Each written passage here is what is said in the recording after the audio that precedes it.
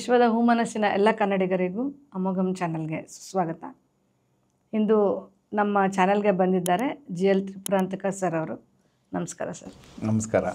ನಮ್ಮ ಅಮೋಘಂ ಚಾನಲ್ಗೆ ಸ್ವಾಗತ ಸರ್. ಧನ್ಯವಾದ ಮೇಡಮ್. GL ತ್ರಿಪುರಾಂತಕ ಸರ್ ಅವರು ಸುತ್ತೂರಿನ JSS ಸಂಸ್ಥೆಯಲ್ಲಿ ಕೋಆರ್ಡಿನೇಟರ್ ಆಗಿ ಆಡಳಿತಾಧಿಕಾರಿಯಾಗಿ ಕೆಲಸ ಮಾಡ್ತಾ ಇದ್ದಾರೆ. ಅವರು ಬಹುಮುಖ ಪ್ರತಿಭೆ ಉಳ್ಳವರು. ಇವರ ಬಗ್ಗೆ ನಾವು ಎಷ್ಟು ಹೇಳಿದ್ರೂ ಸಾಲದು. ಏನು ಅಂದರೆ ಸಾಮಾನ್ಯರ ಜೀವನವನ್ನು ಹೇಗೆ ನಾವೇ ವೈಶಿಷ್ಟ್ಯವಾಗಿ ಉಪಯೋಗಿಸ್ಕೋಬೋದು ಅನ್ನೋದನ್ನು ಬಹಳ ಚೆನ್ನಾಗಿ ಅವರು ಬದುಕಿನಲ್ಲಿ ಅಳವಡಿಸ್ಕೊಂಡಿದ್ದಾರೆ. ಅವ್ರು ಬೇಡ ಬೇಡ ಅಂದರೂ ನಾನೇ ಹಠ ಮಾಡಿ ಸರ್ ನಿಮ್ದೊಂದು ನಮ್ಗೆ ಇಂಟರ್ವ್ಯೂ ಬೇಕೇ ಬೇಕು ಅಂತ ಕರ್ಕೊಂಡು ಬಂದಿದ್ದೀನಿ. ಸರ್ ನಮಸ್ತೆ. ನಮಸ್ಕಾರ ಮೇಡಮ್. ಸರ್ ನೀವು ಯಾವ ಊರು ಸರ್? ನಿಮ್ಮ ಊರು ಯಾವುದು? ನಮ್ಮದು ಮೂಲತಃ ಮೈಸೂರು ಜಿಲ್ಲೆ ಟಿ ನರಸೀಪುರ ತಾಲೂಕು ಮಾದಾಪುರ ನಮ್ಮ ಗ್ರಾಮ. ಟಿ ನರಸೀಪುರದಿಂದ ತಲಕಾಡು ಮಾರ್ಗವಾಗಿ ಹೋಗಬೇಕಾದ್ರೆ ನಮ್ಮೂರು ಸಿಗುತ್ತೆ. ನಮ್ಮೂರಿನ ವೈಶಿಷ್ಟ್ಯತೆ ಅಲ್ಲಿ ಮರುಡೇಶ್ವರ ಕ್ಷೇತ್ರ ಅಂತ ಇದೆ. ಅಲ್ಲಿಗೆ ತುಂಬ ಜನ ಭಕ್ತರು ನಡ್ಕೊತಾರೆ. ನಮ್ಮ ತಂದೆ ಹುಟ್ಟು ಬೆಳೆದಿದ್ದು ಎಲ್ಲ ಅಲ್ಲೇ. ನಮ್ಮ ತಂದೆ ಜಿ ಲಿಂಗಪ್ಪ ಅಂತ ಹೇಳಿ ಪೊಲಿಟಿಕಲ್ ಸೈನ್ಸ್ ಲೆಕ್ಚರರ್ ಆಗಿ ನರಸೀಪುರದ ವಿದ್ಯೋದಯ ಸಂಸ್ಥೆಯಲ್ಲಿ ಸೇವೆ ಪ್ರಾರಂಭಿಸ್ತಾರೆ ಮತ್ತು ಪ್ರಾಂಶುಪಾಲರಾಗಿ ರಿಟೈರ್ಡ್ ಆಗ್ತಾರೆ. ನಮ್ಮ ತಾಯಿ ಜಯಮ್ಮ ಅಂತ ಹೇಳಿ ಹೋಮ್ ಮೇಕರು. ನಾವೆಲ್ಲ ಇವತ್ತು ಇಷ್ಟು ಒಂದು ಒಳ್ಳೆಯ ವ್ಯಕ್ತಿತ್ವ ರೂಪಿಸ್ಕೊಳ್ಳೋದಕ್ಕೆ ನಮ್ಮ ತಾಯಿ ತಂದೆಯ ಒಂದು ಸುಸಂಸ್ಕೃತ ಒಂದು ಜೀವನವೇ ಕಾರಣ ಅಂತ ನಾನು ನಂಬಿದ್ದೀನಿ. ಈಗ ನಾನು ಕಳೆದ 14 ವರ್ಷದಿಂದ ಮೈಸೂರಿನಲ್ಲಿ ನೆಲೆಸಿದ್ದೀನಿ. ಸುತ್ತೂರು JSS ಸಂಸ್ಥೆಯಲ್ಲಿ ಕಳೆದ 20 ವರ್ಷದಿಂದ ನಾನು ಕೋಆರ್ಡಿನೇಟ್ರಾಗಿ ಕೆಲಸ ಮಾಡ್ತಾಯಿದ್ದೀನಿ. ಸರ್ ನಿಮಗೆ ಮಕ್ಕಳು ಎಷ್ಟು ಸರ್? ನನಗೆ ನನ್ನ ಧರ್ಮಪತ್ನಿ ಶಾಂತಲಾ ಅಂತ ಹೇಳಿ, ಅವರು ಸಹ ಹೋಮ್ ಮೇಕರು, ಗೃಹಿಣಿ. ನನಗೆ 2 ಮಕ್ಕಳು. ಯಾಮಿನಿ ಅಂತ ಹೇಳಿ ಅವಳು ಇಂಜಿನಿಯರಿಂಗ್ ಪದವಿಯನ್ನು ಓದ್ತಾ ಇದ್ದಾಳೆ. ಮಗ ಈಗ ಫಸ್ಟ್ PUC ದುಷ್ಯಂತ ಅಂತ ಹೇಳಿ ಈಗ ಫಸ್ಟ್ PUCಗೆ ಜಾಯ್ನ್ ಆಗಿದ್ದಾನೆ ಮೈಸೂರು RV ಕಾಲೇಜ್ನಲ್ಲಿ. ಸರ್ ನೀವು ಒಂದು ಸಂಸ್ಥೆ ಆಡಳಿತಾಧಿಕಾರಿಯಾಗಿ ಇದ್ದುಕೊಂಡು ಬಹಳಷ್ಟು ವಿಷಯಗಳಲ್ಲಿ ಅಂದರೆ ಹವ್ಯಾಸಗಳಲ್ಲಿ ನಿಮ್ಮನ್ನು ತೊಡಗಿಸ್ಕೊಂಡಿದ್ದೀರಾ ಸರ್. ಮೊಬೈಲ್ ಕಾರ್ಯಾಗಾರ ಮಾಡ್ತೀರಾ, ಮತ್ತು ಗ್ರಾಫಾಲಜಿ ಬಗ್ಗೆ ಕಾರ್ಯಾಗಾರ ನಡೆಸ್ತೀರಾ, ಮೋಟಿವೇಶ್ನಲ್ ಸ್ಪೀಚ್ ಕೊಡ್ತೀರಾ, ಮತ್ತು ಫೋಟೋಗ್ರಫಿ ನಿಮ್ಮ ಹಾಬಿ, ರಂಗಭೂಮಿಲಿದ್ದೀರಾ. ಈ ಥರ ಇಷ್ಟೊಂದು ಹವ್ಯಾಸಗಳಿಗೆ ಸಮಯ ಹೇಗೆ ಸಿಗುತ್ತೆ ಸರ್ ನಿಮಗೆ? ಮೇಡಮ್, ಆಸೆ ಪಟ್ಟವ್ರಿಗೆ ಅವಕಾಶಗಳ ಕೊರತೆ ಇಲ್ಲ ಅಂತ ಹೇಳ್ತಾರೆ. ಅಂದರೆ ಕನಸುಗಳಿರೋರಿಗೆ ಕನಸುಗಳನ್ನು ಬೆನ್ನಹತ್ತಿ ನಾವು ಹೋಗಿ ಅದನ್ನು ಈಡೇರಿಸ್ಕೋಬಹುದು. ಅದು ಪ್ರತಿಯೊಬ್ಬರಿಗೂ ಸಾಧ್ಯತೆ ಇದೆ. ಸಮಯ ಇಲ್ಲ ಅನ್ನೋ ಸುಳ್ಳು.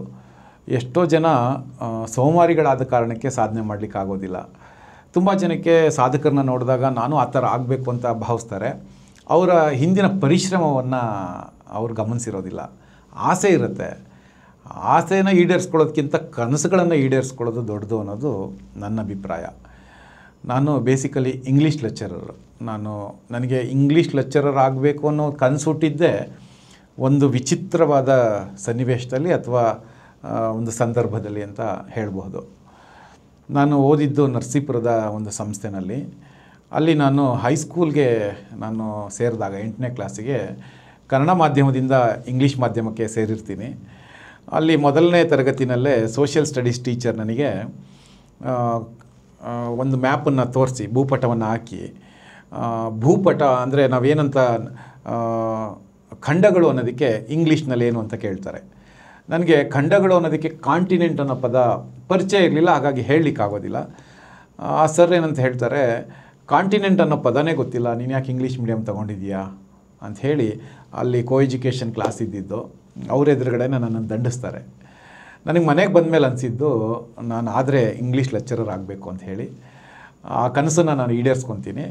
ಇನ್ನೊಂದು ತುಂಬ ಸೋಜಿಗದ ಸಂಗತಿ ಏನಂದರೆ, ನಾನು ಲೆಕ್ಚರರ್ ಆದಮೇಲೆ ನಾನು ಏಟ್ ತಿಂದಿರೋಂತಹ ಸಂಸ್ಥೆನಲ್ಲೇ ಲೆಕ್ಚರರ್ ಆಗಿ ಜಾಯ್ನ್ ಆಗ್ತೀನಿ. ನನಗೆ ಯಾವ ಕ್ಲಾಸ್ ರೂಮಲ್ಲಿ ಇಂಗ್ಲೀಷ್ ಬರಲ್ಲ ಅಂತ ದಂಡನೆಗೆ ಒಳಗಾಗಿದ್ನೋ ಆ ಕ್ಲಾಸ್ ರೂಮಲ್ಲೇ ನಾನು ಇಂಗ್ಲೀಷ್ ಟೀಚ್ ಮಾಡ್ತೀನಿ ಮಕ್ಕಳಿಗೆ. ಅದು ನನ್ನ ಜೀವನದ ಅವಿಸ್ಮರಣೀಯ ಘಟನೆ ಅಥವಾ ಸನ್ನಿವೇಶ ಅಂತ ಹೇಳ್ತೀನಿ.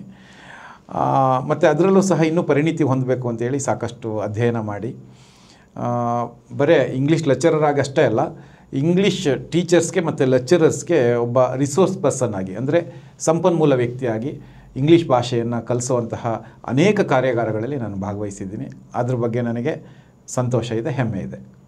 ಸರ್ ನೀವು ಮೊಬೈಲ್ ಇದು ಮಾಡ್ತೀರಲ್ವ ಸರ್, ಅಂದರೆ ಮೊಬೈಲಲ್ಲಿ ಹೇಗೆ ಫೋಟೋಸ್ ತೆಗೆಯೋದು, ಎಡಿಟಿಂಗ್ದು, ಅದ್ರ ಬಗ್ಗೆ ಹೇಳಿ ಸರ್. ಫೋಟೋಗ್ರಫಿ ನನ್ನ ಬಾಲ್ಯದ ಕನಸು. ನಾನು ಚಿಕ್ಕವರಿದ್ದಾಗ ನಾವು ಫೋಟೋ ತೆಗೆಸ್ಕೊಳ್ಳೋಕೆ ಹೋದಾಗ ಅಥವಾ ಇನ್ಯಾರೋ ನಮ್ಮೂರಲ್ಲಿ ಬಂದು ಫೋಟೋ ತೆಗಿಬೇಕಾದ್ರೆ ಜಾತ್ರೆಯಲ್ಲಿ ನಾನು ಅಣ್ಣ ಕ್ಯಾಮ್ರಾ ಕೊಡಿ ಅಂತ ಕೇಳ್ತಾ ಇದ್ದೆ. ಆವಾಗ ಅವರು ಕ್ಯಾಮ್ರಾ ಕೊಡ್ತಾ ಇರಲಿಲ್ಲ. ಆವಾಗ ಸ್ವಲ್ಪ ಅಮೂಲ್ಯವಾದಂಥದ್ದು ಕಾಸ್ಟ್ಲಿ ಥಿಂಗ್ಸ್ ಅಂತ ಹೇಳಿ ನನಗೆ ಅದು ಆವಾಗ ಹೇಗಾದರೂ ಮಾಡಿ ನಾನು ಫೋಟೋಗ್ರಾಫರ್ ಆಗಬೇಕಲ್ಲ ಅಂತ ಹೇಳಿ ಅದು ನಮ್ಮಪ್ಪನ ಫ್ರೆಂಡ್ ಹತ್ರ ಒಂದು ಕ್ಯಾಮ್ರಾ ಇತ್ತು, ಅಲ್ಲಿಂದನೇ ಶುರು ಮಾಡಿ ಜರ್ನಿಯನ್ನು. ಅಂದರೆ ನಾನು ಸುಮಾರು ಡಿಗ್ರಿನಲ್ಲಿದ್ದಾಗ ಕ್ಯಾಮ್ರಾ ಮುಟ್ಟಿದ್ದು.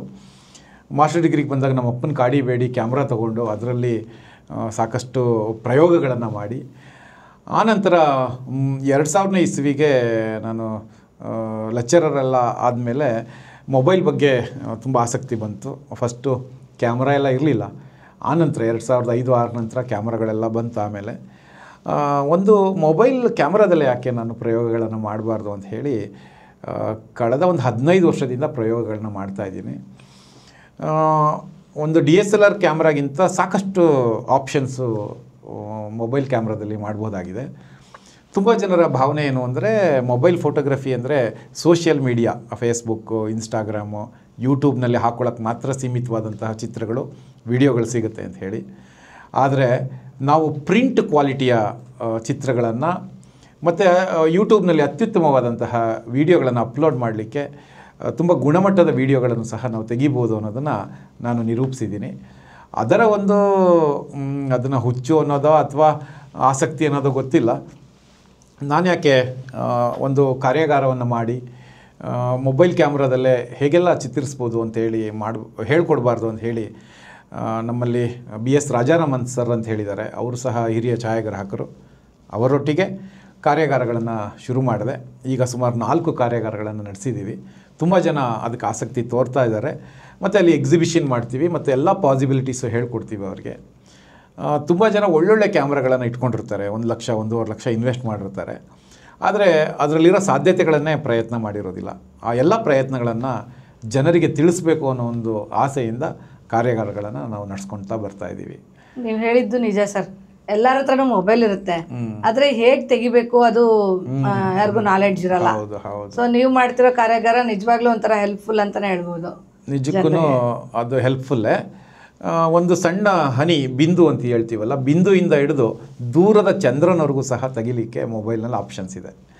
ಉದಾಹರಣೆಗೆ ತಾವು ಇಲ್ಲಿ ಮೈಸೂರು ಪ್ಯಾಲೇಸ್ ಚಿತ್ರವನ್ನು ನೋಡಬಹುದು.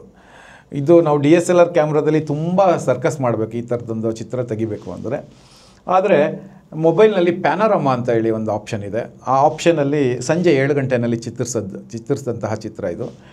ಮತ್ತು ಇದನ್ನು ನಾನು ಸುಮಾರು 3 ಅಡಿಗಳವರೆಗೆ ಅಂದರೆ 36 ಇಂಚು ಪ್ರಿಂಟ್ ಹಾಕ್ಸಿದ್ದೀನಿ. ತುಂಬ ಚೆನ್ನಾಗಿ ಅದ್ಭುತವಾಗಿ ಮೂಡ್ ಬಂದಿದೆ. ಇವತ್ತು ನಾನು ಸುಮಾರು ಫಂಕ್ಷನ್ಗಳಿಗೆ ನಮ್ಮ ರಿಲೇಟಿವ್ಸ್ಗೆಲ್ಲ ಉಡುಗೊರೆಯಾಗಿ ಇದನ್ನೇ ನಾನು ಕೊಡ್ತಾ ಇದ್ದೀನಿ. ಅದ್ರ ಬಗ್ಗೆ ನನಗೆ ಸಂತೋಷ ಇದೆ, ಅವ್ರಿಗೂ ಸಹ ಸಂತೋಷ ಇದೆ. ಇವತ್ತು ನಮಗೂ ಕೊಡ್ತಾ ಇದ್ದೀರಾ? ಖಂಡಿತ ಮೇಡಮ್, ಇದು ತಮಗೇನೆ ಉಡುಗೊರೆ. ಧನ್ಯವಾದ ಸರ್. ಗ್ರಾಫಾಲಜಿ ಅಂದರೆ ಏನು ಅಂತಲೇ ಕೆಲವ್ರಿಗೆ ಗೊತ್ತಿಲ್ಲ, ಅದ್ರ ಬಗ್ಗೆ ಹೇಳಿ ಸರ್. ಗ್ರಾಫಾಲಜಿ ಅಂದರೆ ಹ್ಯಾಂಡ್ ರೈಟಿಂಗ್ ಅನಾಲಿಸಿಸ್. ನಾವು ಕನ್ನಡದಲ್ಲಿ ಹೇಳಬೇಕು ಅಂದರೆ ನಮ್ಮ ಹಸ್ತಾಕ್ಷರದ ವಿಶ್ಲೇಷಣೆಯ ಒಂದು ಶಾಸ್ತ್ರ. ನಾನು MA ಓದಬೇಕಾದ್ರೆ ನನ್ನ ಸ್ನೇಹಿತರೊಬ್ಬರು ಡಾಕ್ಟರ್ ನವೀನ್ ಹಳೆಮನೆ ಅಂತೇಳಿ, ಈಗ ಅವರು ಇಂಗ್ಲೀಷ್ ಉಪನ್ಯಾಸಕರು, ಸರ್ಕಾರಿ ಕಾಲೇಜಿನಲ್ಲಿ ಸೇವೆ ಸಲ್ಲಿಸ್ತಾ ಇದ್ದಾರೆ. ಅವ್ರ ಸ್ನೇಹಿತರ ಹತ್ರ ತಿಳ್ಕೊಂಡಂತಹ ಈ ವಿಚಾರವನ್ನು ನನ್ನ ಜೊತೆ ಚರ್ಚೆ ಮಾಡ್ತಾಯಿದ್ರು. ಗ್ರಾಫಾಲಜಿ ಅಂದರೆ ಒಂದು ಹ್ಯಾಂಡ್ ರೈಟಿಂಗ್ ನೋಡಿ ಒಬ್ಬ ವ್ಯಕ್ತಿಯ ವ್ಯಕ್ತಿತ್ವವನ್ನು ನಾವು ಸುಲಭವಾಗಿ ಹೇಳಬಹುದು. ಆ ವ್ಯಕ್ತಿಯನ್ನು ನೋಡದೇ ಇದ್ದರೂ ಪರವಾಗಿಲ್ಲ, ಒಂದು ಸಿಗ್ನೇಚರ್ ಒಬ್ಬ ವ್ಯಕ್ತಿಯ 5-6 ಅಂಶಗಳನ್ನು ತಿಳಿಸುತ್ತೆ ವ್ಯಕ್ತಿತ್ವದ ಕುರಿತು ಅಂಥೇಳಿ ಅವರು ಹೇಳಿದಾಗ ಒಂಥರ ಕೌತುಕ ಆಯಿತು, ಕ್ಯೂರಿಯಾಸಿಟಿ ಬಂತು. ಅದಾದ ನಂತರ ಒಂದಷ್ಟು ಪುಸ್ತಕಗಳನ್ನು, ವಿಡಿಯೋಗಳನ್ನು ನೋಡಿ ನಾನು ಆ ಒಂದು ಅಧ್ಯಯನ ಮಾಡಿ ಒಂದಷ್ಟು ಕರಗತ ಮಾಡ್ಕೊಂಡಿದ್ದೀನಿ. ನಿಮ್ಮದು ಹ್ಯಾಂಡ್ ರೈಟಿಂಗ್ ಒಂದು ಪುಟವನ್ನು ನನಗೆ ಕೊಟ್ಟರೆ, ಒಂದು ಪೇಜ್ ಕೊಟ್ಟರೆ, ನಿಮ್ಮ ಆಸಕ್ತಿ ಏನು, ನಿಮ್ಮ ಆ್ಯಟಿಟ್ಯೂಡ್ ಏನು, ನೀವು ಹಠಮಾರಿಗಳ, ವಾದ ಮಾಡ್ತೀರಾ, ನಿಮಗೆ ಮ್ಯೂಸಿಕ್ ಆರ್ಟಲ್ಲಿ ಆಸಕ್ತಿ ಇದೆಯಾ ಇಲ್ವಾ, ನಿಮಗೆ ಇನ್ಫೀರಿಯಾರಿಟಿ ಕಾಂಪ್ಲೆಕ್ಸ್ ಇದೆಯಾ, ಸುಪೀರಿಯಾರಿಟಿ ಕಾಂಪ್ಲೆಕ್ಸ್ ಇದೆಯಾ, ಎಲ್ಲವನ್ನು ಸಹ ಅದೊಂದು ಪೇಜ್ ಹ್ಯಾಂಡ್ ರೈಟಿಂಗ್ನಲ್ಲೇ ನಾವು ನೋಡಿ ಹೇಳ್ಬೋದಾಗಿದೆ. ಇದನ್ನು ಸಹ ನಾನು ಸುಮಾರು 25 ವರ್ಷಗಳಿಂದ ಅಧ್ಯಯನ ಮಾಡ್ತಾ ಇರೋದ್ರಿಂದ ಯಾಕೆ ಮೈಸೂರು ಜನತೆಗೆ ಪರಿಚಯಿಸಬಾರ್ದು ಅಂತ ಹೇಳಿ ಇತ್ತೀಚೆಗೆ ಆ ಒಂದು ಕಾರ್ಯಾಗಾರವನ್ನು ಸಹ ನಾನು ನಡೆಸಿದೆ. ಅದಕ್ಕೂ ಸಾಕಷ್ಟು ಜನ ಬಂದು ಪ್ರೋತ್ಸಾಹವನ್ನು ಕೊಟ್ಟರು. ಬರೀ ಗ್ರಾಫಾಲಜಿ ಅಷ್ಟೇ ಅಲ್ಲ, ಆಂಗಿಕ ಭಾಷೆಯ ವಿಶ್ಲೇಷಣೆ ಅಂದರೆ ಬಾಡಿ ಲ್ಯಾಂಗ್ವೇಜ್ ಅನಾಲಿಸಿಸ್ ಅಂತ ಹೇಳಿ.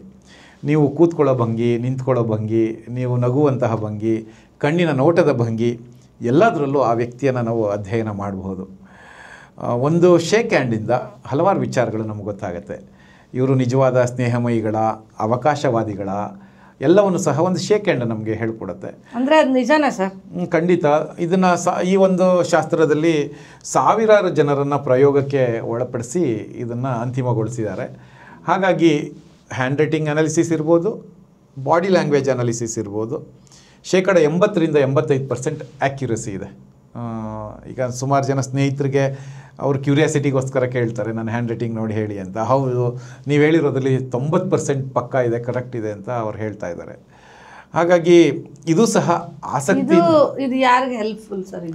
ಇದು ಟೀಚರ್ಸು, ಲಾಯರ್ಸು, ಮತ್ತು ಈ ಕೌನ್ಸಿಲಿಂಗ್ ಮಾಡೋವಂಥವ್ರಿಗೆ, ಅವ್ರಿಗೆಲ್ಲ ಬಹಳ ಯೂಸ್ಫುಲ್ ಇದೆ. ಈಗ ಒಬ್ಬರು ಟೀಚರ್ ಕ್ಲಾಸ್ ರೂಮಲ್ಲಿ ಪಾಠ ಮಾಡಬೇಕಾದ್ರೆ ಮಕ್ಕಳು ಆಸಕ್ತಿಯಿಂದ ಕೇಳ್ತಾ ಇದ್ದಾರಾ ಇಲ್ವಾ ಅನ್ನೋದನ್ನು ಅವರ ಬಾಡಿ ಲ್ಯಾಂಗ್ವೇಜಿಂದ ಗ್ರಹಿಸ್ಬೋದಾಗಿರುತ್ತೆ. ಮತ್ತು ಮಕ್ಕಳು ನೋಟ್ಸನ್ನು ನೋಡಿದಾಗ, ಮಕ್ಕಳು ನೋಟ್ಸಲ್ಲಿ ಬರೀ ಅಕ್ಷರಗಳು ಅಷ್ಟೇ ಇರೋದಿಲ್ಲ, ಚಿತ್ರಗಳು ಸಹ ಇರುತ್ತೆ. ಉದಾಹರಣೆಗೆ ಒಂದು ಮಗು ಒಂದು ಚಿಟ್ಟೆ ಚಿತ್ರವನ್ನು ಆ ಒಂದು ನೋಟ್ಬುಕ್ಕಿನ ಕೊನೆಯಲ್ಲಿ ಬರೆದಿದ್ರೆ ಅದೇನನ್ನು ಹೇಳುತ್ತೆ ಅಂದರೆ, ಮನೆಯಲ್ಲಿ ಅವ್ರಿಗೆ ತುಂಬ ಸ್ಟ್ರಿಕ್ಟ್ ಮಾಡ್ತಾ ಇರ್ತಾರೆ, ಅವನು ಫ್ರೀಡಮ್ ಸೀಕಿಂಗೋಸ್ಕರ ಅದನ್ನು ಬರ್ಕೋತಾ ಇದ್ದಾನೆ. ಒಂದು ವಿಮಾನದ ಚಿತ್ರ ಬರ್ಕೋತಾರೆ. ಇದೆಲ್ಲ ಏನು ಹೇಳುತ್ತೆ ಅಂದರೆ ಅವ್ರಿಗೆ ಸ್ವಾತಂತ್ರ್ಯ ಬೇಕಿರುತ್ತೆ ಅಂತ ಹೇಳಿ ಅದು ಇಂಡಿಕೇಟ್ ಮಾಡುತ್ತೆ. ಹಾಗಾಗಿ ಒಬ್ಬ ಶಿಕ್ಷಕರಿಗೆ ನಿಜಕ್ಕೂ ಇದು ಮನಃಶಾಸ್ತ್ರಕ್ಕೆ ಅಂದರೆ ಮನಃಶಾಸ್ತ್ರಕ್ಕೆ ನಾನು ಕನೆಕ್ಟ್ ಮಾಡೋದಿಲ್ಲ. ಆ ಮಗುವಿನ ಅಂದಿನ ಪರಿಸ್ಥಿತಿಯನ್ನು, ಅವ್ರ ಪರ್ಸ್ನಾಲಿಟಿಯನ್ನು ನಾವು ಅನಲೈಸ್ ಮಾಡಬಹುದು. ಹಾಗಾಗಿ ಅವರಿಗೆ ಒಂದು ಥೆರಪಿನೂ ಮಾಡ್ಬೋದು. ನಾವು ಅವರ ಮನೋಭಾವವನ್ನು ಬದಲಾಯಿಸುವಂತಹ ಕೌನ್ಸಿಲಿಂಗ್ ಮಾಡ್ಬೋದು, ಥೆರಪಿ ಮಾಡ್ಬೋದು. ಅವ್ರ ಪೋಷಕರಿಗೆ ಹೇಳ್ಬೋದು, ನಿಮ್ಮ ಮನೆಯಲ್ಲಿ ತುಂಬ ಸ್ಟ್ರಿಕ್ಟ್ ಮಾಡ್ತಾ ಇದ್ದೀರಾ, ಹೇಗೆ ಒಂದು ಸ್ವಲ್ಪ ಫ್ರೀಡಮ್ ಕೊಡಿ ಅಂತ ನಾವು ಪೋಷಕರಿಗೂ ಸಹ ಕೌನ್ಸಿಲಿಂಗ್ ಮಾಡ್ಬೋದು. ತುಂಬ ಜನ ಫಿಸಿಕಲ್ ಹೆಲ್ತ್ ಹಾಳಾದಾಗ ಬಹಳ ಬೇಗ ಡಾಕ್ಟ್ರಿಗೆ ತೋರಿಸ್ತಾರೆ. ಆದರೆ ಮೆಂಟಲ್ ಹೆಲ್ತು ಸಹ ಬಹಳ ಮುಖ್ಯ ಅನ್ನೋದನ್ನು ತಿಳ್ಕೊಂಡಿಲ್ಲ. ಕೌನ್ಸಿಲಿಂಗ್ ಮಾಡಿಸೋದು ಅಂದರೆ ಹುಚ್ಚಿಡ್ದಿರೋರು ಮಾತ್ರ ಮಾಡಿಸೋದು ಅಂತ ತಿಳ್ಕೊಂಡಿರ್ತಾರೆ. ನಿಜಕ್ಕೂ ಬಹಳಷ್ಟು ಜನಕ್ಕೆ 80% ಜನಕ್ಕೆ ಕೌನ್ಸಿಲಿಂಗ್ ಅಗತ್ಯ ಇದೆ. ಇವತ್ತಿನ ಒತ್ತಡದ ಬದುಕಿನಲ್ಲಿ ನಾವೆಲ್ಲ ಒಂದೊಂದು ರೀತಿಯ ಹುಚ್ಚಿರ ಥರನೇ ವರ್ತಿಸ್ತಾ ಇರ್ತೀವಿ. ನಮ್ಮೆಲ್ಲರಿಗೂ ಸಹ ಕೌನ್ಸಿಲಿಂಗ್ ಅಗತ್ಯ ಇದೆ ಅಂತ ಹೇಳಿಕ್ಕೆ ಬಯಸ್ತೇನೆ. ಅದರ ಅಗತ್ಯ ಇದೆಯೋ ಇಲ್ವೋ ಅನ್ನೋದನ್ನು ನಾವು ಹ್ಯಾಂಡ್ ರೈಟಿಂಗಲ್ಲಿ ಅಥವಾ ಬಾಡಿ ಲ್ಯಾಂಗ್ವೇಜಲ್ಲಿ ತಿಳ್ಕೊಂಡು ಮಾಡಬಹುದು ಅನ್ನೋದು ನನ್ನ ಅಭಿಪ್ರಾಯ. ಸರ್, ನೀವು ಒಳ್ಳೆಯ ಬರಹಗಾರರು ಕೂಡ, ಅಂಕಣಕಾರರು. ಮೈಸೂರು ಮಿತ್ರಲ್ಲಿ ಎಷ್ಟು ವರ್ಷದಿಂದ ಬರೀತಾ ಇದ್ದಾರೆ ಸರ್? ನಾನು ಮೈಸೂರು ಮಿತ್ರದಲ್ಲಿ ಕಳೆದ 12 ವರ್ಷದಿಂದ ಅಂಕಣಕಾರನಾಗಿ ನಾನು ನಿಭಾಯಿಸ್ತಾ ಇದ್ದೀನಿ. ಅದು ಕೂಡ ಅಷ್ಟೇ. ನನಗೆ ಬಾಲ್ಯದಲ್ಲಿ ಒಂದು ಆಸೆ ಇತ್ತು, ಪತ್ರಿಕೆಯಲ್ಲಿ ನನ್ನ ಫೋಟೋ ಬರಬೇಕು ಅಂತ ಹೇಳಿ. ನನ್ನ ಜೊತೆಗಾರರೆಲ್ಲ ಹಾಸ್ಯ ಮಾಡೋರು, ಹೌದು ಬರುತ್ತೆ, ನೀನು ತಪ್ಪಿಸ್ಕೊಂಬಿಟ್ರೆ ಫೋಟೋ ಬರುತ್ತೆ, ಕಾಣೆಯಾಗಿದ್ದಾನೆ, ಗೋಧಿ ಮೈ ಬಣ್ಣ, ಸಾಧಾರಣ ಮೈಕಟ್ಟು ಅಂತ ಬರುತ್ತೆ ಅಂತ. ನಾನು, ನೀವು ನಂಬ್ತಿರೋ ಬಿಡ್ತಿರೋ, ನನಗೆ ಆ ಆಸೆ ಬಂದಿದ್ದು ನನ್ನ 10ನೇ ವಯಸ್ಸಿನಲ್ಲಿ. ನಂದು ಚಿತ್ರ ಬರಬೇಕು, ಹೆಸರು ಬರಬೇಕು ಅಂತ ಹೇಳಿ ಸುಮಾರು 30 ವರ್ಷಗಳ ಕಾಲ ನಾನು ಅದಕ್ಕೆ ಕಾಯ್ತೀನಿ. ಆಮೇಲೆ ಒಂದು ಸಿದ್ಧತೆ ಮಾಡಿಕೊಂಡು ಲೇಖನಗಳನ್ನು ಮೈಸೂರು ಮಿತ್ರಗೆ ಕಳಿಸ್ತೀನಿ. ಮೊದಲಿಗೆ ಭಾನುವಾರದ ವಾರದ ಮಿತ್ರ ಕಳಿಸ್ತೀನಿ. ಅವರು ಇಲ್ಲ, ನೀವು ಅಂಕಣಕಾರರೇ ಆಗಿ ಚೆನ್ನಾಗಿದೆ ಲೇಖನಗಳು ಅಂದಾಗ ನಾನು ಮೊದಲನೇ ಅಂಕಣ ಮೈತ್ರಿ ಅಂತ ಪ್ರಾರಂಭ ಮಾಡ್ತೀನಿ. ಆಮೇಲೆ ಲಹರಿ ಅಂತ ಒಂದು ಅಂಕಣ ಮಾಡ್ತೀನಿ, ಸುಪ್ರಭಾ ಅಂತ ಒಂದು, ಬೆರಗು ಅಂತ ಒಂದು, ಈಗ ಸದ್ಯಕ್ಕೆ ಅರಿವು ಅಂತ ಅಂಕಣವನ್ನು ನಾನು ಮಾಡ್ತಾಯಿದ್ದೀನಿ. ಸುಮಾರು 350 ಲೇಖನಗಳು ಪ್ರಕಟ ಆಗಿದೆ. ಬರೀ ಅಂಕಣ ಬರಹಕ್ಕೆ ಸೀಮಿತ ಆಗದೇನೆ ನಮ್ಮ ಸ್ನೇಹಿತರ ಮತ್ತು ಓದುಗ ಅಭಿಮಾನಿಗಳ ಒತ್ತಾಸೆ ಮೇರೆಗೆ ಅಂಕಣ ಬರಹಗಳ ಸಂಕಲನ ಕೃತಿಯನ್ನು ಸಹ ನಾನು ಹೊರತಂದಿದ್ದೇನೆ. ಅದರಲ್ಲಿ ಒಂದು ಬದುಕೊಂದು ಯಾತ್ರೆ ಅಂತ ಒಂದು ಪುಸ್ತಕ, ಮತ್ತೊಂದು ಪುಸ್ತಕ ಅಂತರಂಗದ ಬೆಳಕು ಅಂತ ಹೇಳಿ. ನಾನು ಇಲ್ಲಿವರೆಗೆ 4 ಪುಸ್ತಕಗಳನ್ನು ಪ್ರಕಟ ಮಾಡಿದ್ದೀನಿ. ನನ್ನ ಪುಸ್ತಕಗಳ ವಿಶೇಷ ಏನು ಅಂದರೆ, ಈ ಪುಸ್ತಕಗಳ ಮುಖಪುಟಕ್ಕೂ ಸಹ ನಾನು ತೆಗೆದ ಚಿತ್ರಗಳನ್ನೇ ಬಳಸ್ತಾ ಇರುವಂಥದ್ದು. ಅದ್ರ ಬಗ್ಗೆ ನನಗೆ ಬಹಳ ಖುಷಿ ಇದೆ. ಮತ್ತು ಪ್ರಕಾಶಕರು ಸಹ ಉತ್ತಮ ಚಿತ್ರಗಳನ್ನು ನಾನು ತೆಗೆದ ಚಿತ್ರಗಳಿಂದಲೇ ಆಯ್ಕೆ ಮಾಡ್ಕೋತಾ ಇರೋದು, ಅವ್ರಿಗೂ ಸಹ ನಾನು ಥ್ಯಾಂಕ್ಸ್ ಹೇಳಬೇಕಾಗತ್ತೆ. ಒಳ್ಳೆಯದಾಗಲಿ ಸರ್, ಇನ್ನೂ ಹೆಚ್ಚು ಪುಸ್ತಕಗಳನ್ನು ತನ್ನಿ ನೀವು. ಧನ್ಯವಾದ ಮೇಡಮ್. ಸರ್, ಇದು ಮೋಟಿವೇಶ್ನಲ್ ಸ್ಪೀಚ್ ತುಂಬ ಕೊಟ್ಟಿದ್ದೀರಾ ನೀವು. ಸುಮಾರು ಕಡೆಗೆ ನಿಮ್ಮನ್ನ ಸಂಪನ್ಮೂಲ ವ್ಯಕ್ತಿಯಾಗಿ ಕರೀತಾರೆ. ಎಲ್ಲೆಲ್ಲಿ ನೀವು ಇದುವರೆಗೂ ಮಾಡಿದ್ದೀರಾ ಸರ್? ಮೇಡಮ್, ಸ್ಫೂರ್ತಿದಾಯಕ ಭಾಷಣ ಅಥವಾ ಉಪನ್ಯಾಸ, ಮೋಟಿವೇಶನಲ್ ಸ್ಪೀಚ್. ಈಗ ನನಗೆ ಪ್ರತಿದಿನ ಪ್ರಾಣಿ ಪಕ್ಷಿಗಳನ್ನು ಗಮನಿಸಿದಾಗ ಅವು ನ್ಯಾಚುರಲ್ ಆಗಿ ಮೋಟಿವೇಟ್ ಆಗ್ತಾನೆ ಇರ್ತವೆ. ಈಗ ಒಂದು ಕೋಗಿಲೆ ತಾನಾಗಿ ಹಾಡ್ತಾ ಇರುತ್ತೆ, ಒಂದು ನವಿಲು ತಾನಾಗಿ ಡ್ಯಾನ್ಸ್ ಮಾಡ್ತಾ ಇರುತ್ತೆ. ಮನುಷ್ಯನಿಗೆ ಆ ಥರದ್ದೊಂದು ಸಹಜವಾಗಿ ಆ ಥರದ್ದೊಂದು ವ್ಯಕ್ತಪಡಿಸೋದಕ್ಕೆ ಆಗ್ತಾನೆ ಇಲ್ವಲ್ಲ. ಯಾಕೆ ಆಗ್ತಾ ಇಲ್ಲ ಅಂದರೆ ಒತ್ತಡದ ಬದುಕಿನಲ್ಲಿ ಬದುಕ್ತಾ ಇದ್ದಾನೆ. ನನಗನ್ಸಿದ್ದು ಒಂದು 50 ವರ್ಷಗಳ ಹಿಂದೆ ನಾನು ಓದ್ಕೊಂಡಿರೋದು, ಒಬ್ಬ ಮನುಷ್ಯನಿಗೆ ಒಂದು ದಿನಕ್ಕೆ 1,000 ಆಲೋಚನೆಗಳು ಬರ್ತಾಯಿದ್ವು. ಈಗ ಆಲೋಚನೆಗಳ ಸಂಖ್ಯೆ 68,000 ಆಗಿದೆ. ಮನುಷ್ಯ ಒತ್ತಡದಲ್ಲೇ ನರಳ್ತಾ ಇದ್ದಾನೆ ಅಂತ ಹೇಳಬಹುದು. ಈ ಒತ್ತಡದ ಬದುಕಿನಿಂದ ಆಚೆ ಬಂದು ನೈಜ ಬದುಕನ್ನು, ಸಹಜ ಬದುಕನ್ನು ಅನುಭವಿಸೋದಕ್ಕೆ ಮೋಟಿವೇಶನಲ್ ಸೆಷನ್ನು ಬಹಳ ಅಗತ್ಯ ಅಂತ ಭಾವಿಸ್ತೀನಿ. ಇದು ಎಲ್ಲ ವಯೋಮಾನದವ್ರಿಗೂ ಸಹ ಅಗತ್ಯ ಅಂತ ಬಯಸ್ತೀನಿ. ಯಾಕೆ ಅಂತ ನೀವು ಕೇಳಬಹುದು. ಈಗಿನ ಮಕ್ಕಳಿಗೆ ಆಸೆಗಳಿದೆ, ಕನಸುಗಳಿಲ್ಲ. ನೀವು ಮುಂದೆ ಏನಾಗಬೇಕು ಅಂದರೆ ಡಾಕ್ಟ್ರ್ ಆಗಬೇಕು ಅಂತಾರೆ. ಡಾಕ್ಟ್ರ್ ಆಗಲಿಕ್ಕೆ ಏನು ಓದಬೇಕು ಅಂದರೆ ಅವರಿಗೆ ಐಡಿಯಾ ಇಲ್ಲ. ನಾನೊಬ್ಬ ಸೈಂಟಿಸ್ಟ್ ಆಗಬೇಕು ಅಂತಾನೆ, ಅದಕ್ಕೆ ಏನು ಶಿಕ್ಷಣ ಪಡ್ಕೋಬೇಕು ಅಂದರೆ ಅವನಿಗೆ ಗೊತ್ತಿಲ್ಲ. ಇನ್ನೊಬ್ಬ ತುಂಬ ಚೆನ್ನಾಗಿ ಹೇಳ್ತಾನೆ, ಏರೋಸ್ಪೇಸ್ ಇಂಜಿನಿಯರಿಂಗ್ ಅಂತ ಹೇಳ್ತಾನೆ. ಅದಕ್ಕೆ ಕೋರ್ಸ್ ಎಲ್ಲಿದೆ, ಅವನು PUC ಬಂದಿದ್ದರೂ ಅದ್ರ ಬಗ್ಗೆ ಮಾಹಿತಿ ಇರೋದಿಲ್ಲ. ನಾನು ಅದಕ್ಕೆ ಬಹುಮುಖ್ಯವಾಗಿ ನಾನು ಟಾರ್ಗೆಟ್ ಮಾಡೋದು ಮಕ್ಕಳನ್ನು. ಅಂದರೆ ಟಾರ್ಗೆಟ್ ಇನ್ ದ ಸೆನ್ಸ್ ಆ ಒಂದು ಗುಂಪಿಗೆ ಮೋಟಿವೇಶನಲ್ ಸೆಷನ್ ಮಾಡೋಣ ಅಂತ ಹೇಳಿ ಬಯಸ್ತೀನಿ. ಸುಮಾರು ಇಲ್ಲಿವರೆಗೆ ಒಂದು 70,000 ಮಕ್ಕಳಿಗೆ ನಾನು ಮಾತಾಡಿದ್ದೀನಿ. SSLC ಇಂದ ಸ್ನಾತಕೋತ್ತರ ಅಂದರೆ PGವರೆಗೆ, ಇಂಜಿನಿಯರಿಂಗ್ ಕಾಲೇಜ್ ಇರ್ಬೋದು, MBA ಕಾಲೇಜ್ಗಳಿರ್ಬೋದು, ಎಲ್ಲ ಮಕ್ಕಳಿಗೂ ಸಹ ನಾನು ಅಡ್ರೆಸ್ ಮಾಡಿದ್ದೀನಿ. ತುಂಬ ಜನ ಅವರು ಫೀಡ್ಬ್ಯಾಕ್ ಸಹ ಕೊಟ್ಟಿದ್ದಾರೆ. ನಿಮ್ಮ ಸ್ಪೀಚಿಂದ ಮೋಟಿವೇಟ್ ಆಗಿದ್ದೀವಿ, ನಾವು ಖಂಡಿತ ಒಂದು ಕನಸನ್ನು ಕಟ್ಕೋತೀವಿ, ಅದನ್ನು ಈಡೇರಿಸ್ತೀವಿ ಅಂತ ಹೇಳಿ. ಹಾಗಾಗಿ ನನಗೆ ಯಂಗ್ ಬ್ರೈನ್ಸನ್ನು ಟ್ರೈನ್ ಮಾಡೋದು ಅಂದರೆ ಬಹಳ ಇಷ್ಟವಾದದ್ದು. ಜೊತೆಗೆ ನಾನು ವರ್ಕ್ ಮಾಡುವಂತಹ ಸುತ್ತೂರು ಕ್ಷೇತ್ರದಲ್ಲಿ ನಮ್ಮ ಪೂಜ್ಯ ಶ್ರೀಗಳವರ ಆಶೀರ್ವಾದದಿಂದ ಎಲ್ಲ ವಯೋಮಾನದವರು ಸಹ ನನಗಲ್ಲಿ ಸಿಗ್ತಾರೆ. ಅದರಲ್ಲಿ ಒಂದು ಓಲ್ಡ್ ಏಜ್ ಹೋಮ್ ಸಹ ಒಂದು ವೃದ್ಧಾಶ್ರಮ, ಅಲ್ಲೂ ಸಹ ಅವರು ಡಿಮೋಟಿವೇಟ್ ಆಗಿಬಿಟ್ಟಿರ್ತಾರೆ. ಅವ್ರಿಗೂ ಮಾತಾಡಿ ಒಂದು ಸ್ಫೂರ್ತಿ ತುಂಬ್ತೀನಿ. ಅಂದರೆ ಮನುಷ್ಯನ ಬದುಕು ಹುಟ್ಟಿದಾಗಿಂದ ಸಾಯೋವರೆಗೂ ಬಹಳ ಚೈತನ್ಯಶಾಲಿಯಾಗಿ ಇರುತ್ತೆ. ನಾವೆಲ್ಲೋ ಒಂದು ಕಡೆ ಬೇಡದ ವಿಚಾರಗಳಿಗೆ ಅದನ್ನು ಹಾಳು ಮಾಡ್ಕೋತಾ ಇರ್ತೀವಿ. ಹಾಗಾಗಿ ನಾನು ತುಂಬ ಜನಕ್ಕೆ ಸಿಂಪಲ್ಲಾಗಿ 1-2 ಲೈನಲ್ಲಿ ಹೇಳೋದೇನು ಅಂದರೆ, ನಮ್ಮ ಹತ್ರ ಏನಿಲ್ಲ ಅಂತ ಪಟ್ಟಿ ಮಾಡಿ ಕೊರಗೋದಕ್ಕಿಂತ ನಮ್ಮ ಹತ್ರ ಏನೆಲ್ಲ ಇದೆ ಅಂತ ಪಟ್ಟಿ ಮಾಡಿದ್ರೆ ಭಗವಂತ ನಮಗೆ ಸಾಕಷ್ಟು ವರಗಳನ್ನು ಕೊಟ್ಟಿರ್ತಾನೆ ಅಂತ ಭಾವಿಸ್ಬೋದು.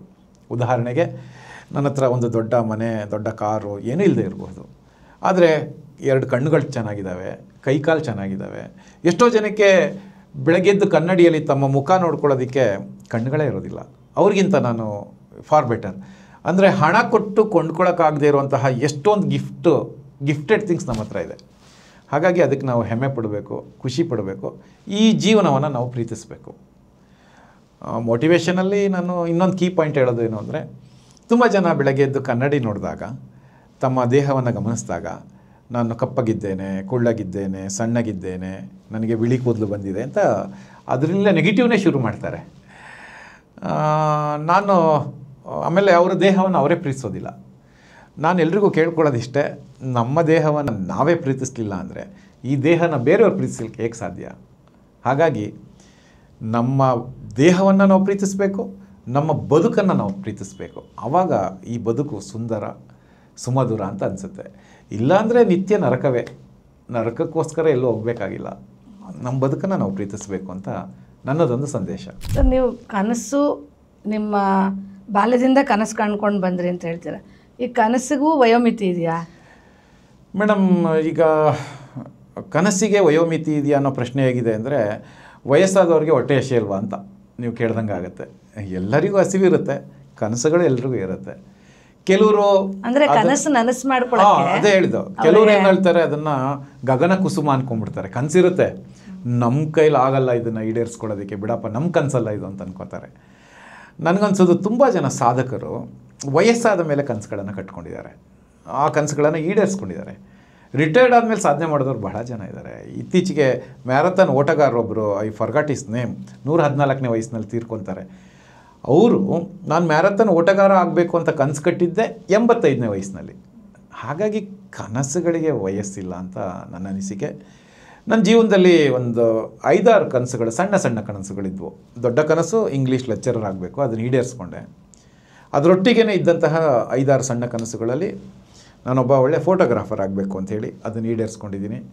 ಒಬ್ಬ ಲೇಖಕ ಆಗಬೇಕು ಅಂಥೇಳಿ ಅದನ್ನು ಈಡೇರಿಸ್ಕೊಂಡಿದ್ದೀನಿ. ಒಬ್ಬ ಒಳ್ಳೆಯ ಉಪನ್ಯಾಸಕ ಅಥವಾ ಭಾಷಣಕಾರ ಆಗಬೇಕು ಅಂತ ಅದನ್ನು ಈಡೇರಿಸ್ಕೊಂಡಿದ್ದೀನಿ. ಮತ್ತು ನನಗೆ ನಾಟಕಗಳ ಬಗ್ಗೆ ಬಾಲ್ಯದಿಂದಲೂ ಆಸಕ್ತಿ. ನಾಟಕಗಳಲ್ಲಿ ಅಭಿನಯ ಮಾಡಬೇಕು ಅಂತ ಹೇಳಿ ಪೌರಾಣಿಕ ನಾಟಕದಿಂದ ಹಿಡಿದು ಸಾಮಾಜಿಕ ನಾಟಕದವರೆಗೂ ಅಭಿನಯ ಮಾಡಿದ್ದೀನಿ. ಅಷ್ಟೇ ಅಲ್ಲ, ನಾಟಕಗಳ ರಚನೆಯನ್ನು ನಾನು ಮಾಡಿದ್ದೀನಿ. 3 ನಾಟಕಗಳ ಕೃತಿ ರಂಗೋತ್ರಿ ಅಂತ ಹೇಳಿ ಅದು 2019ರಲ್ಲಿ ಬಿಡುಗಡೆ ಆಗುತ್ತೆ. ಆ ನಾಟಕಗಳಲ್ಲಿ 3 ನಾಟಕಗಳು, ದ ಪೇಯಿಂಗ್ ಗೆಸ್ಟ್, ಮೈಲಿಗೆ, ಪ್ರಾಯಶ್ಚಿತ್ತ ಅಂತ ಹೇಳಿ. ದ ಪೇಯಿಂಗ್ ಗೆಸ್ಟ್ ನಾಟಕ ಸ್ಟೇಜ್ ಮೇಲೆ ಪ್ರೊಡಕ್ಷನ್ ಆಗಿ 4 ಪ್ರದರ್ಶನ ಕಾಣುತ್ತೆ. ಮೈಸೂರು ಆಕಾಶವಾಣಿಯವರು ಅದನ್ನು ನಿರ್ಮಾಣ ಮಾಡಿ ಪ್ರಸಾರ ಮಾಡ್ತಾರೆ. ಆ ಒಂದು ನಾಟಕಕ್ಕೆ ರಾಜ್ಯ ಮಟ್ಟದ ಸ್ಪರ್ಧೆಯಲ್ಲಿ 2ನೇ ಬಹುಮಾನವೂ ಸಹ ಬರುತ್ತೆ. ಇತ್ತೀಚೆಗೆ ಒಂದು 3 ತಿಂಗಳಿಂದ ಮೈಲಿಗೆ ನಾಟಕವನ್ನು ಸಹ ಮೈಸೂರು ಆಕಾಶವಾಣಿಯವರು ನಿರ್ಮಾಣ ಮಾಡಿ ಪ್ರಸಾರ ಮಾಡಿರ್ತಾರೆ. ಹಾಗಾಗಿ ನಾಟಕ ಕ್ಷೇತ್ರವೂ ಸಹ ನನ್ನನ್ನು ಇನ್ನೂ ಆಸಕ್ತಿದಾಯಕವಾಗಿ ಇಟ್ಟಿದೆ. ಇವತ್ತಿಗೂ ಸಹ ಇನ್ನಷ್ಟು ನಾಟಕಗಳನ್ನು ರಚನೆ ಮಾಡಲಿಕ್ಕೆ ಅದು ಪ್ರೇರಣೆಯಾಗಿದೆ ಅಂತ ನಾನು ಹೇಳಲಿಕ್ಕೆ ಬಯಸ್ತೀನಿ. ಅಂದರೆ ನೀವು ನನಗೆ ಹೇಳಿದ್ರಿ ಸಮಯ ಹೊಂದಿಸ್ಕೊಳ್ಳೋದು ಅದು ಸರಿಯಾಗಿ ಅರ್ಥ ಆಗಲಿಲ್ಲ ಸರ್. ಇಷ್ಟೊಂದು ವಿಷಯಗಳು, ಇಷ್ಟೊಂದು ಹವ್ಯಾಸಗಳು, ಎಲ್ಲಕ್ಕೂ ಸಮಯ ಹೊಂದಿಸ್ಕೋತೀರಾ? ನಿಜ ಹೇಳಬೇಕು ಅಂದರೆ ನನಗೆ ಕಚೇರಿನಲ್ಲೂ ತುಂಬ ಒತ್ತಡದ ಕೆಲಸ ಇದೆ. ಆ ನಡುವೆಯೂ ಸಹ ನಮಗೆ ಇರೋ ಕನಸುಗಳನ್ನು ಈಡೇರಿಸ್ಕೊಳ್ಳೋದಕ್ಕೆ ಸಮಯ ಹೊಂದಿಸ್ಕೊಳ್ಳೋದು ನಮ್ಮ ಕೈನಲ್ಲಿದೆ. ಸಮಯ ಅಥವಾ ನನಗನ್ಸೋದು ಸಮಯ ಇಲ್ಲ ಅನ್ನೋ ಸುಳ್ಳು. ನಮ್ಮ ಆದ್ಯತೆಗಳು ನಮ್ಮನ್ನು ರೂಪಿಸುತ್ತವೆ. ನಾವು ಪ್ರಯಾರಿಟೈಸ್ ಮಾಡ್ಕೋಬೇಕು. ನನಗೆ ಇದು ಬೇಕು, ಇದನ್ನು ಬೆನ್ನತ್ತಬೇಕು ಅಂದರೆ ಬೆಳಗ್ಗೆ 6 ಗಂಟೆಗೆ ಹೇಳೋ ಬದಲು 5 ಗಂಟೆಗೆ ಹೇಳ್ತೀನಿ. ಖಂಡಿತ ಮಾಡ್ಬೋದು. ಕನಸುಗಳನ್ನು ಈಡೇರಿಸ್ಕೊಳ್ಳೋದಕ್ಕೆ ವಯೋಮಾನದ ಮಿತಿ ಇಲ್ಲ. ನಿಜ ಹೇಳಬೇಕಂದ್ರೆ ನನಗಿನ್ನೊಂದು ಸಣ್ಣ ಕನಸು ಇದ್ದು, ಒಂದು 25ನೇ ವಯಸ್ಸಿಗೆ ಬಂದಿದ್ದು, ಕರ್ನಾಟಕ ಸಂಗೀತದಲ್ಲಿ ಗಾಯಕನಾಗಬೇಕು ಅಂತ ಹೇಳಿ. ನಾನು 50ನೇ ವಯಸ್ಸಿನಲ್ಲಿ ಈಗ ನಾನು ಕರ್ನಾಟಕ ಸಂಗೀತವನ್ನು ಕಲೀಲಿಕ್ಕೆ ಈಗ ತರಗತಿಗಳಿಗೆ ಸೇರಿಕೊಂಡಿದ್ದೀನಿ. 60ನೇ ವಯಸ್ಸಿಗೆ ಕಚೇರಿ ಕೊಡಬೇಕು ಅನ್ನೋದು ನನ್ನ ಆಸೆ. ನೋಡೋಣ, ಅಲ್ಲಿವರೆಗೆ ಭಗವಂತ ನನ್ನ ಆಯುಸ್ಸು ಆರೋಗ್ಯ ಎಲ್ಲ ಚೆನ್ನಾಗಿಟ್ಟರೆ 60ನೇ ವಯಸ್ಸಿಗೆ ನಾನು ಗಾಯಕನಾಗಿ ಸ್ಟೇಜ್ ಮೇಲೆ ಬರ್ಬೋದು. ಕನಸುಗಳನ್ನು ಬಿಟ್ಕೊಡ್ಬಾರ್ದು ಯಾವುದೇ ಕಾರಣಕ್ಕೂ, ಎಷ್ಟೇ ಕಷ್ಟ ಆದರೂ ಅನ್ನೋದು ನನ್ನ ಅನಿಸಿಕೆ. ಸರ್, ನಮ್ಮ ವೀಕ್ಷಕರಿಗೆ ಮತ್ತು ಯುವ ಜನರಿಗೆ ನಿಮ್ಮ ಸಂದೇಶ ಕೊಡಿ ಸರ್. ನನ್ನ ಸಂದೇಶ, ನಾನೇನು ಸಂದೇಶ ಕೊಡೋಷ್ಟು ದೊಡ್ಡ ಮನುಷ್ಯ ಅಲ್ಲ. ನನ್ನ ಅನುಭವ ಹಂಚಿಕೆಯಲ್ಲಿ ಏನು ಬಯಸ್ತೀನಿ ಅಂದರೆ, ನಾವು ಈ ಬದುಕನ್ನು ಸ್ಪರ್ಧೆ ಮಾಡ್ಕೊಂಬಿಟ್ಟು ಯಾರ್ಯಾರ ಜೊತೆಗೆ ಹೋಲಿಕೆ ಮಾಡ್ಕೊಂಬಿಟ್ಟು ನರಕ ಮಾಡ್ಕೋಬಾರ್ದು. ನಮ್ಮ ಬದುಕು ಚೆನ್ನಾಗಿರುತ್ತೆ, ನಮಗೆ ಕೊಟ್ಟಿರೋ ಮಟ್ಟಕ್ಕೆ ಚೆನ್ನಾಗಿರುತ್ತೆ. ನೀವು ಹೋಲಿಕೆ ಮಾಡ್ಕೊತಾ ಹೋದರೆ ಯಾರ ಬದುಕು ಅಷ್ಟು ಸುಂದರ ಆಗೋದೇ ಇಲ್ಲ. ನಮಗಿರುವಂತಹ ಪರಿಮಿತಿಯಲ್ಲೇ ನಾವು ಅದನ್ನು ಎಂಜಾಯ್ ಮಾಡ್ಬೋದಾಗಿರುತ್ತೆ. ಮತ್ತು ತುಂಬ ಜನ ಇಲ್ಲ ಭೂತಕಾಲದಲ್ಲಿ ಬದುಕ್ತಾ ಇರ್ತಾರೆ, ಇಲ್ಲ ಭವಿಷ್ಯದ ಕಾಲದಲ್ಲಿ ಬದುಕ್ತಾ ಇರ್ತಾರೆ, ವರ್ತಮಾನನೇ ಮರಿತಾ ಇರ್ತಾರೆ. ಈ ವರ್ತಮಾನವನ್ನು ಅನುಭವಿಸೋದನ್ನು ಕಲ್ತ್ಕೋಬೇಕು ಅಂತ ನನ್ನ ಅಭಿಪ್ರಾಯ. ಮತ್ತು ನಮ್ಮ ಬದುಕಿನಲ್ಲಿ ನಾವು ಉಸಿರಾಡ್ತಾ ಇದ್ದೀವಿ ಅಂದ ತಕ್ಷಣವೇ ನಾವು ಬದುಕಿದ್ದೀವಿ ಅಂತಲ್ಲ. ನಾವು ಜೀವಂತವಾಗಿದ್ದೀವಿ ಅಂದರೆ ನಮ್ಮ ಜೀವಂತಿಕೆ ಈ ಪ್ರಪಂಚಕ್ಕೆ ಅರಿವಾಗಬೇಕು, ಆ ಥರ ಬದುಕಬೇಕು. ಹಾಗಾಗಿ ಅದಕ್ಕೆ ಒಂದು ಸಣ್ಣ ಸಣ್ಣ ಕನಸುಗಳನ್ನು ಕಟ್ಕೋಬೇಕು. ಏನೂ ಆಗಲಿಲ್ಲ ಅಂದರೆ ಒಂದು ಸಮಾಜ ಸೇವೆ ಮಾಡುವಂಥದ್ದು, ಒಂದು ಗಿಡ ನೆಟ್ಟು ಮನೆ ಮುಂದೆ ಒಂದು ಗಿಡ ನೆಟ್ಟು ನೀರು ಹಾಕುವಂಥದ್ದಾರು ಮಾಡ್ಬೋದು. ಆ ಚಿಗುರೊಡೆದಾಗ, ಹೂ ಬಿಟ್ಟಾಗ ನಾವು ಹೊಸದನ್ನು ಕಾಣ್ತಾ ಹೋಗ್ಬೋದು. ಹಾಗಾಗಿ ಎಲ್ಲ ವಯೋಮಾನದವರಿಗೆ, ಬರೀ ಯುವ ಜನರಿಗೆ ಅಷ್ಟೇ ಅಲ್ಲ, ಎಲ್ಲ ವಯೋಮಾನದವರಿಗೆ ಕೇಳ್ಕೊಳ್ಳೋದಿಷ್ಟೇ, ಕನಸುಗಳನ್ನು ಕಟ್ಕೊಳ್ಳಿ. ಒಂದೇನು ಅಂದರೆ mobile phone addiction, T V addiction ಅಂತೆಲ್ಲ ಹೇಳ್ತಾರಲ್ಲ, ಅವೆಲ್ಲವನ್ನು ವರವನ್ನಾಗೂ ಸಹ ನಾವು ಮಾಡ್ಕೋಬಹುದು. ಉದಾಹರಣೆಗೆ ಡಾಕ್ಟರ್ ಬ್ರೋ ಮೊಬೈಲ್ ಫೋನಲ್ಲೇ ಪ್ರಪಂಚ ಸುತ್ತಿ ಲಕ್ಷಾಂತರ ರೂಪಾಯಿ ದುಡಿತಾ ಇದ್ದಾರೆ. ಆ ಥರ ತುಂಬ ಜನ ಫ್ಲೈಯಿಂಗ್ ಪಾಸ್ಪೋರ್ಟವ್ರು ಇದ್ದಾರೆ. ತುಂಬ ಜನ ಮೊಬೈಲನ್ನು ವರವಾಗಿ ಮಾಡ್ಕೊಂಡಿದ್ದಾರೆ. ಎಷ್ಟೋ ಜನ ಮೊಬೈಲಲ್ಲಿ ರಮ್ಮಿ ಆಡಿ ಜೀವನನೂ ಸಹ ಕಳ್ಕೊಂಡಿದ್ದಾರೆ. ಅಂದರೆ ಭಗವಂತ ಕೊಟ್ಟಿರೋ ವರವನ್ನು ಶಾಪವನ್ನಾಗಿ ಮಾಡ್ಕೊಳ್ಳೋದು ನಿಮ್ಮ ಕೈಯಲ್ಲಿದೆ. ಹಾಗಾಗಿ ತುಂಬ ಜನ ಯೂತ್ಸು ಭಾಳ ಚಿಕ್ಕ ವಯಸ್ಸಿಗೆ ಸಾಕಷ್ಟು ಸಾಧನೆ ಮಾಡಿರ್ತಾರೆ. ಯಾವುದಾದ್ರು ಒಂದು ಕನಸು ಕಟ್ಕೋಬೇಕು, ಆ ಕನಸನ್ನು ಬೆನ್ನು ಹತ್ತಬೇಕು, ಯಾವುದೇ ಕಾರಣಕ್ಕೂ ಕೈ ಬಿಡಬಾರ್ದು ಅನ್ನೋದು ನನ್ನ ಸಂದೇಶ. ಆ ಥರ ಮಾಡಿದಾಗ ಆರೋಗ್ಯಕರವಾಗಿ ನಮ್ಮ ನಾನು ಆರೋಗ್ಯ ಅಂದ ತಕ್ಷಣವೇ ನಾನು ಫಿಸಿಕಲ್ ಹೆಲ್ತ್ ಒಂದೇ ಹೇಳೋದಿಲ್ಲ, ನಮ್ಮ ಮೆಂಟಲ್ ಹೆಲ್ತನ್ನು ಸಹ ಚೆನ್ನಾಗಿಟ್ಕೋಬೇಕು. ಈಗ ನೀವು ನಿಮ್ಮ ಕಾರಲ್ಲಿ ಹೋಗ್ತಾ ಇರ್ತೀರಿ, ಪಕ್ಕದಲ್ಲಿ ಒಂದು ₹1 ಕೋಟಿ ಕಾರಲ್ಲಿ ಹೋದಾಗ ಯಾರೋ ನೀವು ಅದನ್ನು ನೋಡಿ ಈರ್ಷೆ ಪಟ್ಕೊಂಡು ನನ್ನಲ್ಲಿ ಇಲ್ವಲ್ಲ ಅಂತ ಕೊರಗ್ತಾ ಹೋಗ್ಬಿಟ್ರೆ ನಿಮ್ಮ ಮೆಂಟಲ್ ಹೆಲ್ತ್ ಹಾಳಾಗ್ಬಿಡುತ್ತೆ. ಅವರ ಬದುಕು ಅವರಿಗೆ, ನಮ್ಮ ಬದುಕು ನಮಗೆ. ನಮಗೆ ದೇವ್ರು ಇಷ್ಟಾರು ಕಾರಲ್ಲಿ ಹೋಗ್ತಿದ್ದೀವಲ್ಲ ಅಂತ ನಮಗೆ ಭಗವಂತ ಇಷ್ಟಾರು ಕೊಟ್ಟಿದ್ದಾನಲ್ಲ ಅಂಥೇಳಿ ದೇವರಿಗೆ ಥ್ಯಾಂಕ್ಸ್ ಹೇಳಬೇಕು. ಕೊರಗಬಾರ್ದು, ದೇವ್ರನ್ನ ಚೆಪ್ಪಿಸ್ಬಾರ್ದು. ಭಗವಂತ ಅವ್ರಿಗೆ ಅಂಥ ಕಾರ್ ಕೊಟ್ಟೆ, ನನಗಿಂಥ ಕಾರ್ ಕೊಟ್ಟೆ ಅಂತ. ನನಗೆ ಇಷ್ಟಾರು ಕೊಟ್ಟಿದೆಯಲ್ಲ, ಎಷ್ಟೋ ಜನಕ್ಕೆ ಕಾಲೇ ಕೊಟ್ಟಿಲ್ಲ ಭಗವಂತ, ನಮಗೆ ಕಾರೇ ಕೊಟ್ಟಿದ್ದಾನೆ. ಹಾಗಾಗಿ ನಮ್ಮಲ್ಲಿ ಹಂಗಂತೇಳಿ ನಾವೇನು ಜೀವನದಲ್ಲಿ ಅಭಿವೃದ್ಧಿ ಹೊಂದಬಾರ್ದಾ, ಯಾವುದೋ ಐಷಾರಾಮದ ಬದುಕನ್ನು ಕಟ್ಕೋಬಾರ್ದಾ ಅಂತ ಪ್ರಶ್ನೆ ಬರ್ಬೋದು. ಮಾಡ್ಬೋದು, ಅದಕ್ಕೆ ಪರಿಶ್ರಮ ಹಾಕಬೇಕು. ಸುಮ್ಮನೆ ಕೂತ್ಕೊಂಡು ಹಾಸಿಗೆ ಮೇಲೆ ಕನಸು ಕಾಣೋದು ಕನಸಲ್ಲ, ಹಾಸಿಗೆಯಿಂದ ಎದ್ದುಬಿಟ್ಟು ಕಾಣ್ತೀವಲ್ಲ ಅದು ಕನಸು ಅಂತ ನನ್ನ ಅನಿಸಿಕೆ. ಕನಸು ನನಸಾಗೋವರೆಗೂ ಆ ಹಾದಿನೇ ಸಂತೋಷ. ಹೌದು ಹೌದು. ಆಮೇಲೆ ಎಲ್ರಿಗೂ ಹೇಳೋದೇನು, ಸಮಯಕ್ಕೆ ಸರಿಯಾಗಿ ಊಟ ಮಾಡಿ, ಅಗತ್ಯ ಇರೋಷ್ಟು ನಿದ್ದೆ ಮಾಡಿ, ಆವಾಗ ಬದುಕು ಚೆನ್ನಾಗಿ ಅನಿಸುತ್ತೆ. ಅದಕ್ಕೆ ಕಾಂಪ್ರಮೈಸ್ ಮಾಡ್ಕೋಬೇಡಿ. ಯಾಕೆಂದರೆ ಎಲ್ಲರೂ ಮಾಡುವುದು ಹೊಟ್ಟೆಗಾಗಿ, ಗೇಣು ಬಟ್ಟೆಗಾಗಿ ಅಂಥೇಳಿ ದಾಸರು ಹೇಳ್ತಾರೆ. ಇವಾಗ ಅಷ್ಟೇ ಅಲ್ಲ, ಆಚೆಗೂ ಸಹ ದುಡಿತಾ ಇದ್ದಾರೆ. ಹಂಗಂತೇಳಿ ಮನುಷ್ಯನ ದೊಡ್ಡ ದುರಂತ ಏನು ಅಂದರೆ ಏನೇನಕ್ಕೋಸ್ಕರ ನಾವು ಹುಡ್ಕೊಂಡು ಹೋಗ್ಬಿಟ್ಟು ಬೇಸಿಕ್ ಥಿಂಗ್ಸನ್ನೇ ಕಳ್ಕೊತಾ ಇದ್ದಾನೆ. ಟೈಮ್ ಊಟ ಮಾಡಲ್ಲ. ಹಾಗಾಗಿ ಅದನ್ನು ನಾವು ಉಳಿಸ್ಕೋಬೇಕು, ಬೆಳೆಸ್ಕೋಬೇಕು ಅನ್ನೋದು ನನ್ನ ಅಭಿಪ್ರಾಯ. ಸರ್, ನಿಮ್ಮ ವೃತ್ತಿ ಬದುಕಿನ ಬಗ್ಗೆ ಹೇಳಿ ಸರ್. ಈಗ ಹವ್ಯಾಸಗಳನ್ನು ಕೇಳಿದ್ವಿ, ಮತ್ತು ನಿಮ್ಮ ಕನಸುಗಳು ಕೇಳಿದ್ವಿ. ವೃತ್ತಿ ಬದುಕು ನಿಮ್ಗೆ ಸಮಾಧಾನ ಕೊಟ್ಟಿದೆಯಾ, ತೃಪ್ತಿಕರವಾಗಿದೆಯಾ? ಆ ವಿಚಾರದಲ್ಲಿ ನಾನು ಮೊದಲಿಗೆ ನಮ್ಮ ಸುತ್ತೂರು ಮಠದ ಪರಮಪೂಜ್ಯ ಜಗದ್ಗುರು ಶ್ರೀ ಶಿವರಾತ್ರಿ ದೇಶಿಕೇಂದ್ರ ಮಹಾಸ್ವಾಮಿಗಳವರಿಗೆ ನಾನು ಭಕ್ತಿಪೂರ್ವಕ ಕೃತಜ್ಞತೆಗಳನ್ನು ಸಲ್ಲಿಸಬೇಕು. ಯಾಕೆ ಅಂದರೆ ನಾನು ಒಬ್ಬ ಇಂಗ್ಲೀಷ್ ಲೆಕ್ಚರರ್ ಆಗಿದ್ದವನು, ಒಂದು ಸಣ್ಣ ಕಾಲೇಜಿನ ಪ್ರಾಂಶುಪಾಲನಾಗಿದ್ದವನು. ನನಗೆ ಸುತ್ತೂರು ಮಠದಂತಹ ಒಂದು ಸಂಸ್ಥೆಯಲ್ಲಿ ಸೇವೆ ಸಲ್ಲಿಸಲಿಕ್ಕೆ 20 ವರ್ಷಗಳ ಹಿಂದೆ ಅವಕಾಶ ಮಾಡಿಕೊಡ್ತಾರೆ. ಅದು ಕೇಂದ್ರ ಸ್ಥಾನವಾದಂತಹ ಮಾತೃ ಸಂಸ್ಥೆಯಾದಂತಹ ಸುತ್ತೂರಿನಲ್ಲೇ ಒಂದು ರೆಸಿಡೆನ್ಷಿಯಲ್ ಸ್ಕೂಲ್ ಇದೆ, ವಸತಿ ಶಾಲೆ ಇದೆ. ಅದು ಆರ್ಥಿಕವಾಗಿ ಹಿಂದುಳಿದಂತಹ ಮಕ್ಕಳಿಗೆ ಮಾಡಿರುವಂತಹ ಶಾಲೆ. ಕರ್ನಾಟಕದ ಎಲ್ಲ ಜಿಲ್ಲೆಗಳಿಂದ ಅಲ್ಲಿಗೆ ಮಕ್ಕಳು ಬರ್ತಾರೆ, ಗಂಡು ಮಕ್ಕಳು, ಹೆಣ್ಣುಮಕ್ಕಳು. 1ನೇ ತರಗತಿಯಿಂದ 10ನೇ ತರಗತಿವರೆಗೆ ಅಲ್ಲಿ ಉಚಿತ ಶಿಕ್ಷಣವನ್ನು ಮಠದ ವತಿಯಿಂದ ನೀಡಲಾಗ್ತಿದೆ. ಜೊತೆಗೆ ದೂರದ ಮೇಘಾಲಯ, ಮಣಿಪುರ, ಜಾರ್ಖಂಡ್, ಇತ್ತೀಚೆಗೆ ಅಸ್ಸಾಂನವರು ಸಹ ಬರ್ತಾ ಇದ್ದಾರೆ. ಸುಮಾರು 4,000ಕ್ಕೂ ಹೆಚ್ಚು ಮಕ್ಕಳು ಅಲ್ಲಿ ವಿದ್ಯಾಭ್ಯಾಸವನ್ನು ಪಡ್ಕೋತಾ ಇದ್ದಾರೆ. ಆ ಒಂದು ದೊಡ್ಡ ಕೈಂಕರ್ಯದಲ್ಲಿ ನಾನು ಸಹ ಭಾಗಿಯಾಗಿ ಒಂದು ಪುಣ್ಯಶಾಲಿ ಥರ ಭಾವಿಸೋದಕ್ಕೆ ಅವಕಾಶ ಮಾಡಿಕೊಟ್ಟಿದ್ದಾರೆ.